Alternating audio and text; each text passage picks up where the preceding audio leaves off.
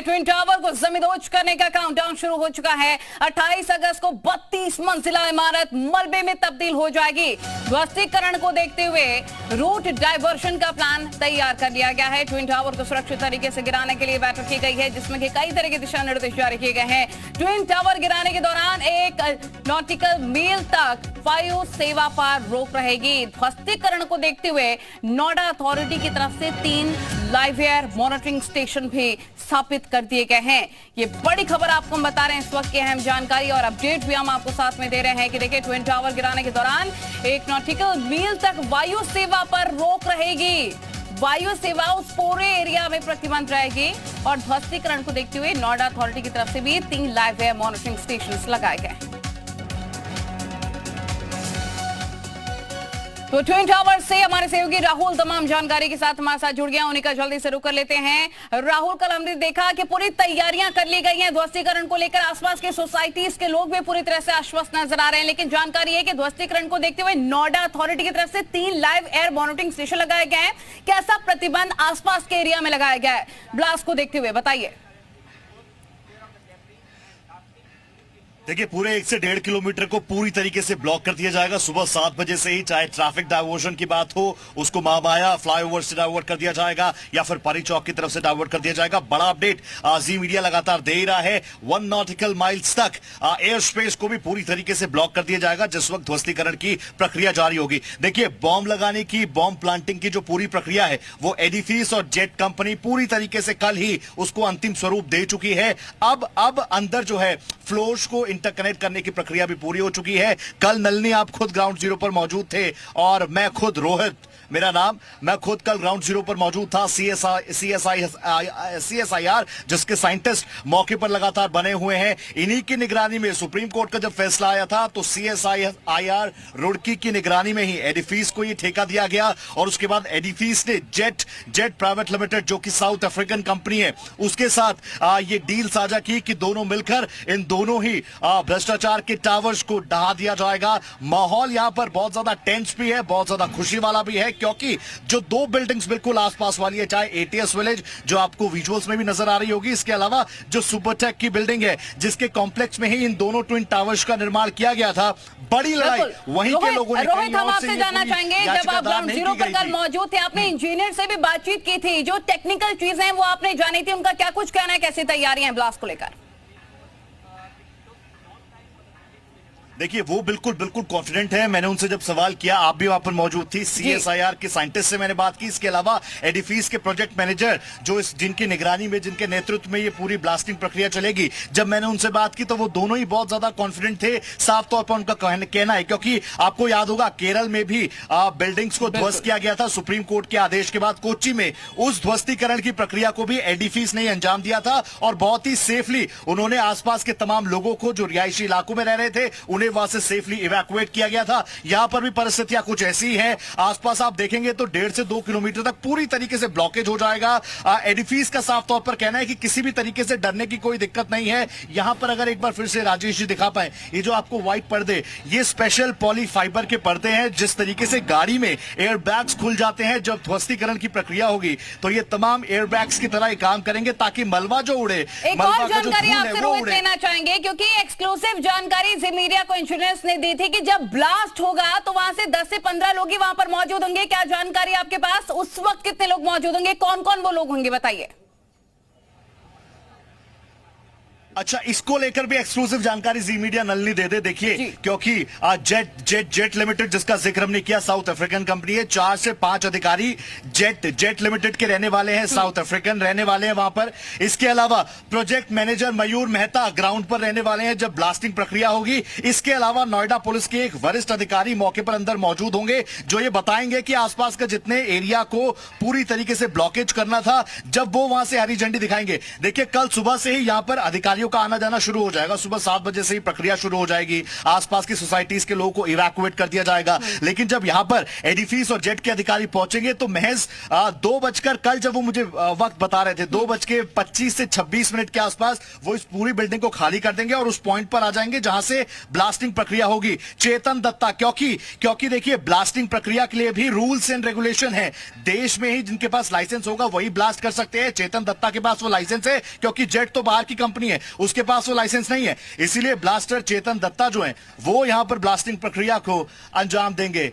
और परिस्थितियां अब यहां पर बिल्कुल ठीक है। लोगों में डर का भी माहौल कल जब थोड़ा बहुत रहा है, आप लेकिन वहां पर मौजूद थे, खुशी की कल बात हम उनमें जब थी। रिपोर्टिंग कर रहे थे ग्राउंड जीरो से, तो पूरे एरिया में हम देख रहे थे कि प्रतिबंध लगा दिया गया था। कितने दायरे में ये बताइए सिक्योरिटी रखी गई है, कितना प्रतिबंध है? क्योंकि ट्रैफिक डायवर्शन भी हो गया, पोल्यूशन को लेकर, और जानकारी मिल रही है कि एयर सभा को लेकर भी तमाम प्रतिबंध है।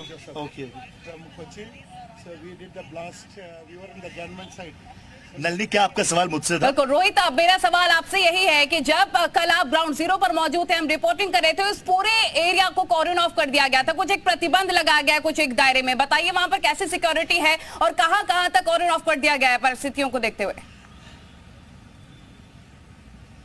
देखिए पूरे इलाके में कॉर्डन ऑफ किया जा चुका है। दोनों ओर से देखिए, बीच में आपको ट्विन टावर्स नजर आ रहे होंगे, यहां से भी पूरी तरीके से बैरिकेडिंग कर दी गई है। हालांकि ये 1 लेयर ऑफ बैरिकेडिंग है, क्योंकि आज यहां तक आने की अनुमति है। कल जब ब्लास्टिंग प्रक्रिया होगी तो उसके बाद इस पूरे इलाके को 1.5 से 2 किलोमीटर के इलाके को कॉर्डन ऑफ कर दिया जाएगा।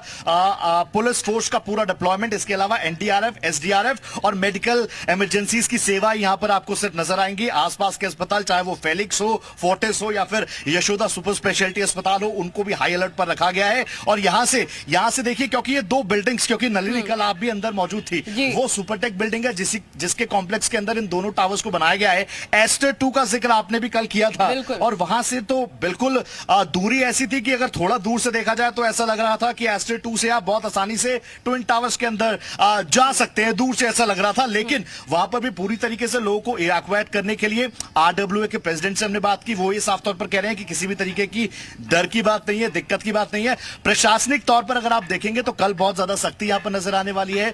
नोएडा डेवलपमेंट अथॉरिटी की सीईओ ऋतु माहेश्वरी खुद ग्राउंड जीरो पर लगातार गश्त कर रही हैं, लगातार अधिकारियों से वो बात कर रही हैं। नोएडा पुलिस के तमाम अधिकारी, एसीपी और डीसीपी रैंक्स के अधिकारी भी लगातार गश्त कर रहे हैं। वो भी यहां पर तमाम परिस्थिति तरीके से जल्द अपने अंडर में लेनी है। इन तमाम चीजों को लेकर मंथन चिंतन का दौर जो है वो बिल्कुल फाइनल स्वरूप ले चुका है। नल ने बिल्कुल। और रोहित, अब जब हम लोगों से बातचीत भी कर रहे थे, ज्यादा लोग घर से बाहर नहीं निकल रहे थे, कुछ प्रतिबंध लगा दिए गए और अभी भी शिफ्टिंग उनकी चल रही होगी, लोग वहां से निकलने शुरू हो गए होंगे, उनकी व्यवस्थाएं भी देखने को मिल रही है शिफ्टिंग की वजह से। और हालांकि वो ये भी कह रहे हैं कि जो प्रशासनिक अधिकारी हैं एरिफिस की तरफ से, उन्होंने आश्वस्त किया है कि कोई दिक्कतें नहीं होंगी, उनकी तरफ से भी व्यवस्थाएं कर ली गई है। तो लोग अब धीरे धीरे करके शिफ्ट हो रहे होंगे आज, क्योंकि आज फाइनल डे है शिफ्टिंग का। बिल्कुल सही बात आपने कही। देखिए दो बिल्डिंग्स ऐसी हैं जो बिल्कुल इस ट्विन टावर से लगी हुई हैं। एक है एटीएस विलेज और दूसरा है सुपरटेक एमराल्ड। यहां पे अगर दोनों बिल्डिंग्स में आप देखेंगे तो लगभग 700 ऐसे फ्लैट्स को चिन्हित किया गया है जिनके ओनर्स को साफ तौर पर कहा गया है कि अगर आपके पास यहां से जाने की कोई व्यवस्था है तो आप जा सकते हैं। अगर कोई रिश्तेदार आपके पास है तो आप सुबह 6 बजे से, और जब तक ब्लास्टिंग प्रक्रिया के बाद जो यहां पर पूरी, क्योंकि जैसे ही ब्लास्ट हो जाएगा उसके बाद क्या होगा ये भी तो एक बड़ा सवाल है। जैसे ही ब्लास्ट पूरा हो जाएगा तो जो अधिकारी अंदर ही मौजूद रहेंगे, चाहे वो जेट प्राइवेट लिमिटेड के हो या फिर एडिफिस के हो या फिर नोएडा पुलिस के जवान हो, तुरंत इस मौके पर पहुंचेंगे, वहां की परिस्थितियों को देखेंगे। वो देखेंगे कि जिस मंशा के साथ हमने यहां पर इस बड़े प्रोजेक्ट को, डिमोलिशन प्रोजेक्ट को लेकर हमने इतनी मेहनत की है, क्या वो पूरी तरीके से हो पाया है, वो एग्जीक्यूट हो पाया है। और उसके तुरंत बाद जैसे ही तमाम चीजें ठीक हो जाएंगी, तमाम चीजें सेटल डाउन हो जाएंगी, इसको लेकर स्प्रिंकलर्स हो गए। और जानकारी तो ये भी थी कि हेलीकॉप्टर से भी वाटर स्प्रिंकलिंग की जा सकती है, ताकि किसी भी तरीके से, क्योंकि खास तौर पर इसका इफेक्ट अगर किसी को होगा, देखिए युवाओं को उतना ज्यादा इफेक्ट नहीं होगा, लेकिन बुजुर्ग या फिर गर्भवती महिला, उनको इनसे कहीं ना कहीं इफेक्ट हो सकता है। तो उसको लेकर भी लगातार तैयारियां पूरी हैं। लोग खुद आपने भी कल कई लोगों से बात की थी, वो लोग ये थे, सुपरटेक के वही लोग थे जिन्होंने इन दोनों ट्विन टावर्स का शुरुआती दौर से, जब यहां पर खुदाई शुरू हुई थी, जब यहां पर जेसीबी की मशीन पहुंची थी, पहले दिन से इन दोनों टावर्स के विरोध में अपनी बात रखी थी, अपने स्वर मुखर किए थे। और ये मामला जो है हाईकोर्ट गया, हाईकोर्ट से सुप्रीम कोर्ट गया और अब लोगों में डर तो है, लेकिन उससे ज्यादा खुशी का माहौल है कि हमने जो लड़ाई लड़ी थी आज हम उसका अंजाम होते हुए भी अपनी आंखों से देख पाएंगे। एक कौतूहल का विषय आसपास के लोगों के लिए भी है। जरा यहाँ की तस्वीर आप देखिए, आसपास के लोग जो है लगातार यहाँ पर पहुंच रहे हैं। सुबह से हम लोग यहाँ पर मौजूद हैं। जो लोग मॉर्निंग वॉक करने निकले हुए थे वो यहाँ पर रुक गए, ट्विन टावर्स को देखते नजर आए, सेल्फी लेते हुए नजर आए। तो लोगों में भी कौतूहल का विषय है कि आखिर इतनी विशालकाय बिल्डिंग्स, 2 ट्विन टावर्स कैसे 9 से 12। मैं आपके पास लौटूंगी। वरुण बसेन हमारे सहयोगी को जानकारी दे रहे हैं।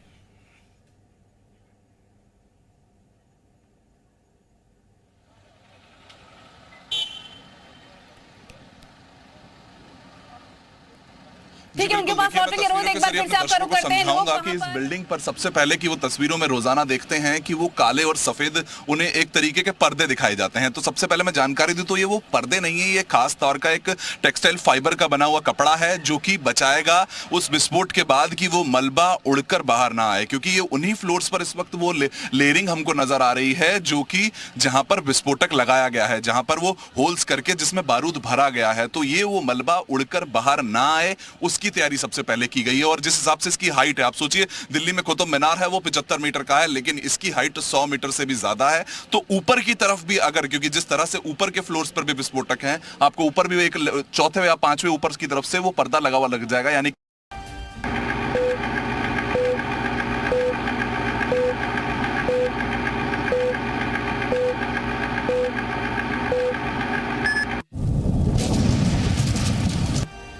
आज तो आपको उस व्यक्ति से मिलवाने जा रहा है जिनके हाथों भ्रष्टाचार की इस इमारत को गिराने वाले विस्फोट का बटन दबेगा। ऑल द कॉलम्स एंड जितने कॉलम्स हैं, जितने बीम्स हैं, उन सब में होल्स किए गए हैं और उन सभी होल्स में as per the guidelines and instructions of jet demolition officials हम लोगों ने उनमें होल्स को चार्ज किया है, उनमें बारूद को भरा है और ऑलमोस्ट उस सभी होल्स में शॉक ट्यूब्स लगी हैं जिनके साथ डिले डेटोनेटर अवेलेबल है। एंड डिले डेटोनेटर्स 200 ms से लेके 7000 ms तक है।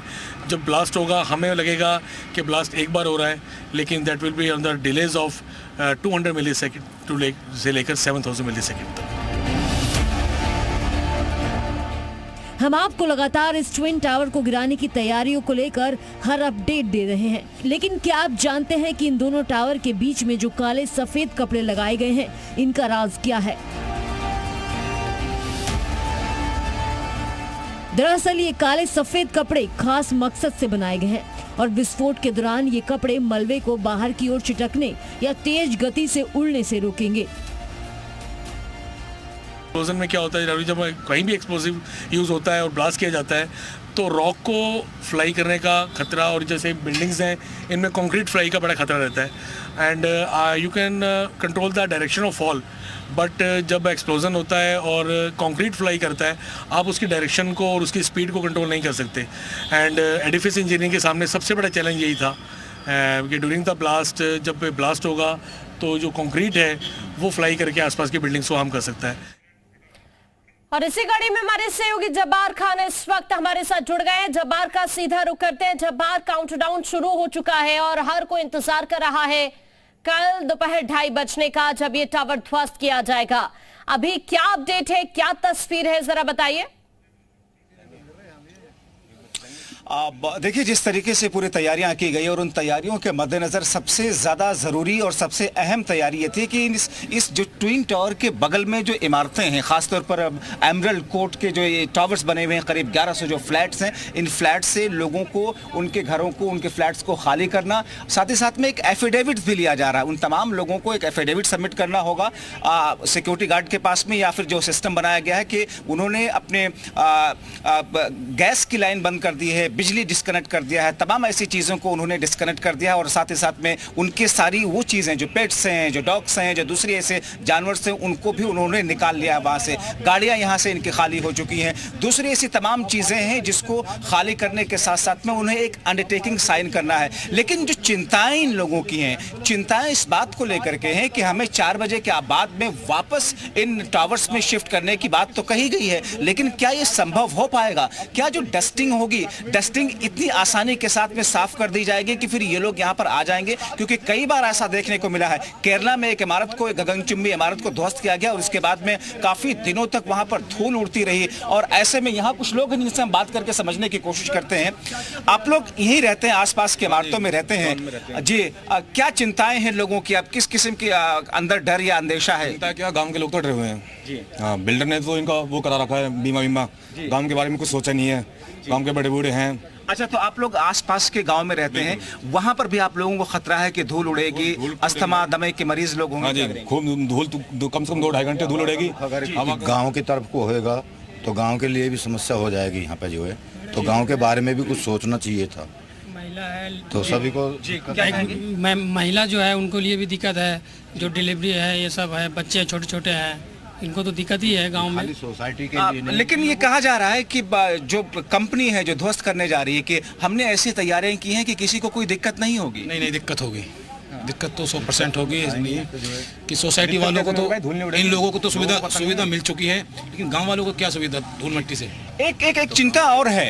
एक बात यह है कि इस ट्विन टावर के अगल बगल में जो लोग रह रहे हैं उनको तो शिफ्ट किया जा रहा है, वो लोग फिर वापस आ जाएंगे, उनका जो नुकसान होगा उस नुकसान की भरपाई कर दी जाएगी। लेकिन आसपास में, इस ट्विन टावर के आसपास में जो ग्रामीण इलाके हैं, जो गाँव में लोग रहते हैं, जो महिलाएं वहाँ पर हैं, जो प्रेग्नेंट महिलाएं हैं, जो बुजुर्ग लोग हैं, जो अस्थमा के मरीज हैं, जो दमा के मरीज हैं, उन लोगों को दिक्कतें काफी होंगी। क्योंकि भले ही एडिफिस इंजीनियरिंग ये कहे बार बार कि हमने तमाम तरह की तैयारियां बहुत बेहतर तरीके से कर ली है, किसी को कोई दिक्कत ना आएगा, मगर ये बात तो सत्य है कि इन तैयारियों के बावजूद धूल उड़ेगी। इन तैयारियों के बावजूद ध्वस्तीकरण के बाद में जो उसमें से छोटे छोटे कण हैं वो दूर दूर तक रहेंगे और करीब करीब 3 से 4 किलोमीटर के एरिया में ये पूरा धूल फैलेगा। ऐसे में काफी दिनों तक उसका असर रहेगा। तो फिर उन महिलाओं के लिए जो बीमार हैं, जो प्रेग्नेंट हैं, वो बुजुर्ग लोग, जो दमा अस्थमा के मरीज हैं, वो लोग खासतौर पे जो किसी बीमारी से ग्रस्त है, उनके लिए ज्यादा मुश्किलें हो जाएंगी। फिर उन लोगों के लिए किसी तरह का कोई इंतजाम नहीं किया गया है। लेकिन अब देखें, आपको एक बार तस्वीरें में यहाँ की दिखा दूं और फिर मैं आप लोगों से आकर के बात करता हूं। अपने कैमरा पर्सन से चाहूंगा कि एक बार इस इलाके में आ जाए जहां पर ये पूरी तैयारी चल रही है।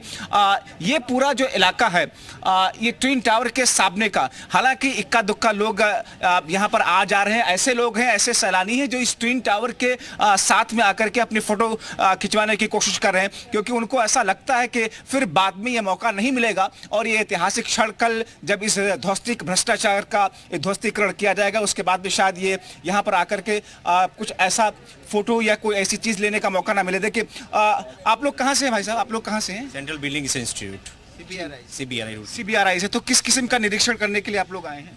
हम निरीक्षण नहीं कर रहे हैं, हमारा एक्सपर्ट एडवाइस से ये पूरा काम हो रहा है। जो सुप्रीम कोर्ट की आदेश थी कि CBRI के एक्सपर्ट एडवाइस के हिसाब से नोएडा अथॉरिटी के कोऑर्डिनेशन पे ये काम होगा जी। सर, एक चिंताएं लोगों की है, खासतौर पे जो डस्टिंग की है, धूल की है, जो इसमें छोटे छोटे कण निकलेंगे, लोगों को परेशानी उससे, इसके लिए क्या लोग निश्चिंत हो जाएं? वही देखिए, आप ऐसा मान के चलिए कि सुप्रीम कोर्ट के निर्देश के हिसाब से बेस्ट टेक्निकल टीम जॉब में है जी, और जो बेस्ट पॉसिबल सॉल्यूशंस हैं वो सारी व्यवस्थाएं की जा रही है। ये सारी बातें आप जो कह रहे हैं, आपके जो भी एप्रीहेंशंस हैं ना, एक्चुअली RWA के कोऑर्डिनेशन के साथ में ही सारी चीज़ें प्लान की गई हैं। आपको शाम तक दिख जाएगी जमीनी पे। कल नोएडा अथॉरिटी के ऑफिस में जो फाइनल मीटिंग हुआ उसमें सब स्मोक गन्स बहुत सारे लगा दिए जाएंगे।